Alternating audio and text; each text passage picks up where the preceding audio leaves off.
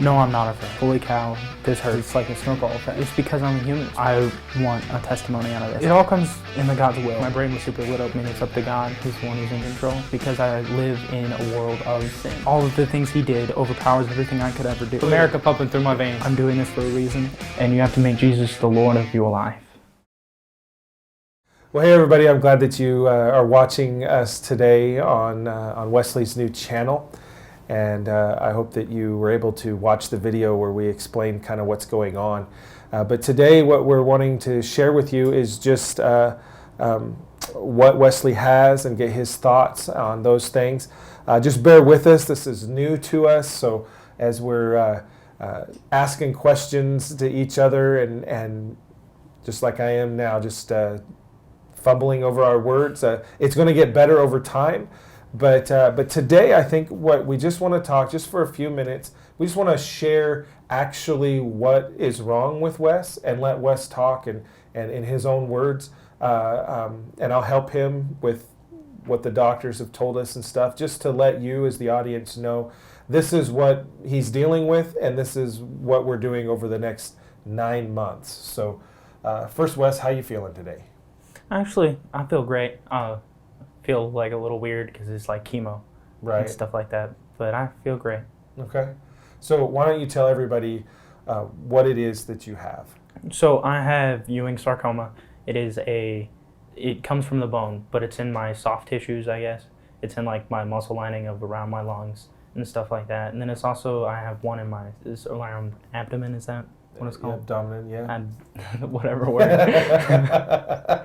It's all right. So we laugh about these things for a lot of people are watching, our friends and family, and know about our family, but we're hoping to reach lots more. And so if you don't know our family, his mother, my wife, is a physician assistant, and she knows all the fancy words. And so we do laugh sometimes when fancy, long doctor words are said, and we are not health majors and parts of the body and all of that. But basically, it's outside your stomach. Yeah. It's on the lining of like your abdomen. There you go. We're going to laugh about that word again. But it's right there in the stomach area. It's not in your stomach. Yeah. It's outside on the wall that's lining outside of your guts, so to speak. I don't know. Can we say that on TV? Guts? I don't know. We'll see. We'll see what happens. Okay. All right. So anyway, so you've got that now. It's Ewing sarcoma, like you explained. You've got a mass on your back that is attached to a rib, which is where they. Is it your right side or your left side? Right. It's on the right side. So you have a rib over here that they're saying that's where the Ewing sarcoma came from, and so it's kind of eroded in that rib, made the rib really soft and brittle. We found this because you play football in high school, right? Yeah, and I got that really bad hit. It was a big game, and you're on the line, and you took a helmet to the rib, which really caused some damage. And we could talk about that in future videos of how we found out and really the miracle that God performed, I think, in getting us the information. But anyway, we'll talk about that in future videos. But so it's right there. And it has grown, that mass has come out of the bone and is attached to I believe, and all the medical people will correct, I believe it's called your pleuris. Does that sound familiar, like what your mom has said before? I don't know. It's like the pleuris or something, which is like the lining that goes around your lungs, okay? Yeah. So it's attached to that, and that is big. You can see it on his back. It's back there. And then you've got some nodules on your lungs. Yeah. And then that's there. So anyway, I'm doing all the talking, but I'm just trying to help you out. So Ewing sarcoma, that's what you have. What is the treatment? What's the next 9 months going to look like for you? From what I've been told so far, for the next 9 months, I have a kind of like it's a 2-week plan where I get to go home for a week, and then I get to go back up to the Cook's Children's Hospital in Dallas, Fort Worth area. And I have it alternates in between a 3-day hooked up to chemo and then a 5-day hooked up to chemo process. And then I get to go home for however much time that ends up being. And it just rotates back and forth. Okay. So yeah, you have the week in between, so it's every 2 weeks. And this is supposed to last for about 9 months. Now, why don't you tell, they're talking about surgery and stuff like that? They're thinking in the 12th week it's going to be surgery, which is because right now the spot's too big. They don't want to like take it out. And then there's going to be a huge void inside my body that the body tends to fill up with like fluids and stuff like that, and they don't want that because that can be bad. Right, right. So I'm just going off of my own logic. I'm thinking they told us around 12 weeks, but I think it's probably going to depend on how the size of the thing, how that just gonna tumor look at it, is, the chemo is affecting it. So my guess, what I've been telling everybody, is probably somewhere between probably 12 and 15 weeks, but we're hoping to be more like the 12 weeks. Hoping so, yeah. Yeah, so surgery. What about radiation? Have they told you about radiation? They told me radiation is also iffy. They're kind of going like, however, they know they're going to go by the plan. Not plan, I guess. It's not one yet. There's nothing set in stone, so they're just going to go through, see what all happens, and do as they need to do. They'll probably do the radiation after the surgery, though. It wouldn't be before. They have said that. And it'll probably be around the 12 to 15 mark if they do it. Right. So of course, this everything, like you're using the word iffy, and that's what we're finding is that everything changes constantly, right? So because as they get more updated, so let's talk. You've already had one chemo treatment, and that was the smaller one. That was the 2-day one, because we go 2 days and 5, and 2, then 5. But you were in the hospital. Why don't you share everybody what that experience was? Everything that you did while you were in the hospital. I mean, before even chemo started, what did you have to do? Before chemo started, it was weird. It was my actual first stay in a hospital. I guess that I can remember. I was born at one point, right? Yeah. You were born in a hospital. Yes. So it was weird because it was my first hospital stay. But I got the port put in, and then we were actually staying at the Ronald McDonald House. And then whenever I was actually admitted to the hospital, we hooked up to the port, and then I was just in my hospital room. In the hospital, I've had a couple biopsies. It was like a bone tab biopsy, where they went in on both of my hips and they sucked some bone marrow out of them. And then I had a port put in, which is like a fancy IV thing, goes up to a blood vessel in my throat. And then they also biopsied the 2 of my tumors that are not on the inside of my lungs. So how gross is the port? Can you show it? Can you pull it out and see what it? So it's right there. Yeah. There's this port. So what is the port for? Why don't you tell everybody what that is? The port is like this weird. It looks like a kind of like a computer mouse type thing. That's the circle and not the computer mouse shape. But it has the cord that goes up into something up here. You can actually see. I don't know if you guys can see it, but like there's this little thing right here. It goes up into something here, up in here. I think the thyroid gland or whatever it's called, and it runs basically just like a normal IV, except they don't have to worry about like blood vessels bursting or like popping a vein. So they can hit it every single time. And also what's really nice about it is because I don't like needles. No one really does. Who does, right? I don't like them either. I can put that cream stuff on it, and it numbs it up awesome, and I don't even feel the stick. Okay, well let's explain that. So you have so the port is still underneath the skin. Yeah. So when, like you said, it's so that they can hit the vein every time. They don't have to worry about missing, because if anybody's ever been in the hospital and you have to have an IV and they have to do it 2 or 3 different times and find different spots. So it makes it guaranteed the first time, but you still feel the poke. So it's still a little painful when it goes through the skin. So you're talking about a cream.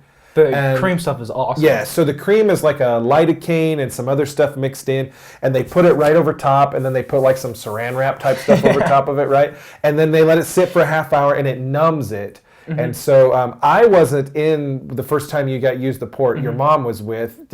How did that go? The people there are awesome. They were talking to me the entire time. Like, I didn't even know whenever it happened. I was talking to them about like the PlayStation and the games I wanted to play. Right. And so then you were like, well, when are you going to start? And they're like, well, we're already done. We're done. We're just putting wrapping on it, yeah. And it was weird. That was it. It was awesome. Right. So now so we talked about the port. You mentioned the biopsies. So the biopsies, they took a sample of your bone marrow out of your hips. Yeah.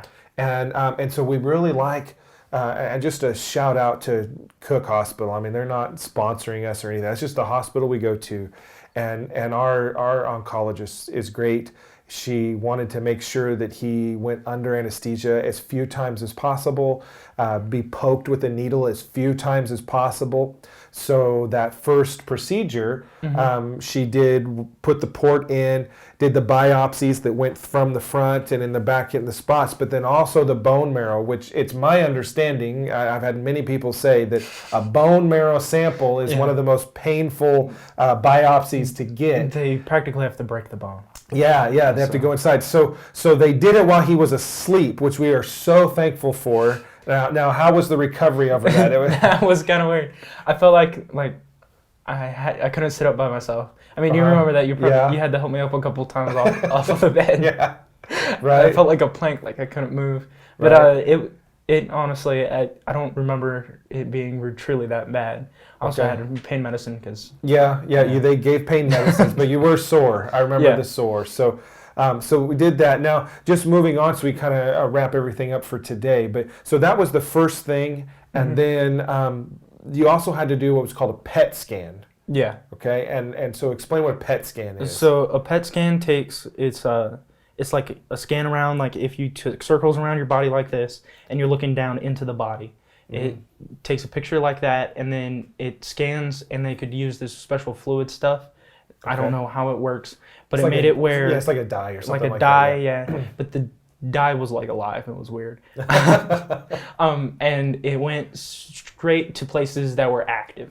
So I had to get an IV for that, and they put the dye stuff in, and then I had to sit for like an hour, and I couldn't move at all. They told me to put on a movie or fall asleep.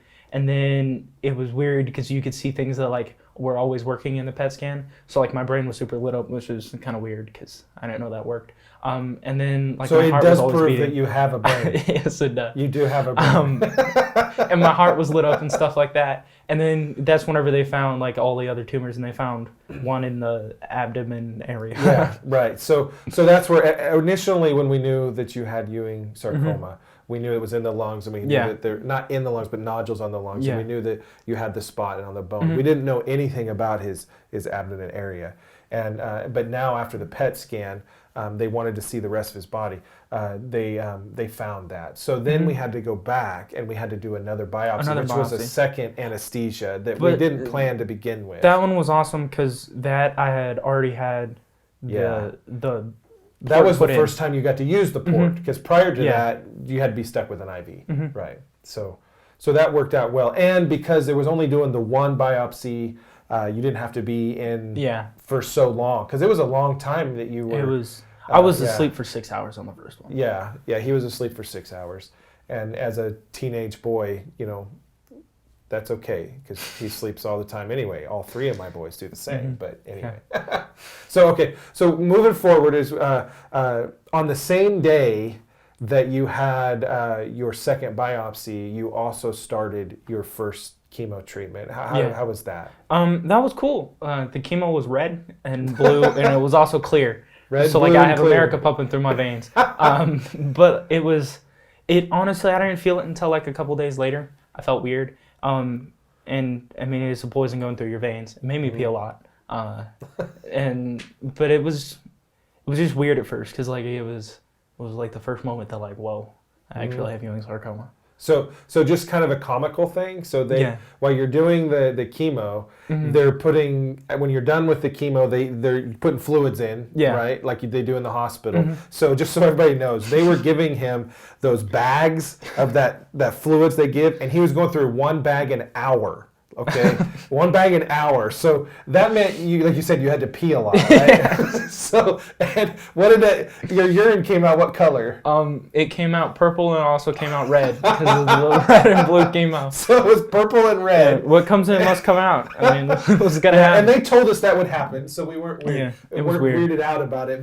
But still, it was like every hour. And it wasn't like. And I don't. We're not meaning to be gross. We're just having fun here. We're just talking. But it wasn't like going to the bathroom and you just had a little tinkle or something. I mean, you had to pee in those big urinal things, and you like filled the entire thing each time you went. At one point, I had 3 of the urinal things on those bars because I needed another one. Right. So anyway, so there's can be interesting, I guess, comical things in the hospital. But let me ask you this question here. What about how you felt? So we've talked, you had the chemo, we've talked about all of the biopsies and all of that, but how did the chemo make you feel in your body? Did you get sick on the first one? On the first one, I didn't get sick. The second round, though, it did give me like nausea. I felt weird, kind of like one of those things where you just curl up in a ball with like a blanket over top of you.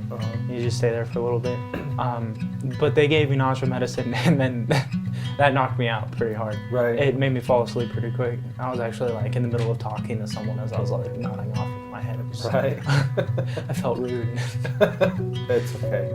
All right, but and then over the next week, I mean, you've had your ups and downs. Yeah. But you're feeling good now. The very first night we came back, like we drove down here, and I got to drive my truck home. It was awesome. And then that first night, like I had the shivers and the shakes and stuff like that. And I remember I took a hot shower, bath, or whatever, and I hopped in my bed and I was just shaking really bad. And then that whole night I was running a little bit of a fever. And then in the morning it was all gone and I was all better. Right. Okay. So, and then throughout the week you've had some nausea, some nausea. Yeah. But you're feeling good now. Yeah. And then we're here come next week, just in about 3 or 4 days, we're gonna go back and do it again. Do the big one too. It's the 5 day. Well, Wes, I think that this is very courageous of you to share your experience with everybody. So I appreciate it. I'm sure a lot of people will. So I appreciate everybody watching and just taking one moment with Wes as he shares what's on his heart. And we're going to get into so many different subjects over the next 9 months, but we're also going to take you along with what he's feeling and the whole process for those who are curious about that. But what we would like to do is we would like to end this video. Wes would like to say a prayer for you, and just to bless you and whatever's on his heart. And so we're going to allow him to give that prayer, and then we're going to end it, and we'll see you next week or whenever the next video is. So go ahead, Wes. Dear Jesus, thank you for being my God and being so amazing. I pray that you can bless all of these people who spent their time just to look at me and hear me ramble on and talk about all the stuff that's been going on in my life. Pray that you can also help everything that's happening with all this. Pray that you can have your will in my life, Jesus. In Jesus' name I pray. Amen. Amen. God bless you.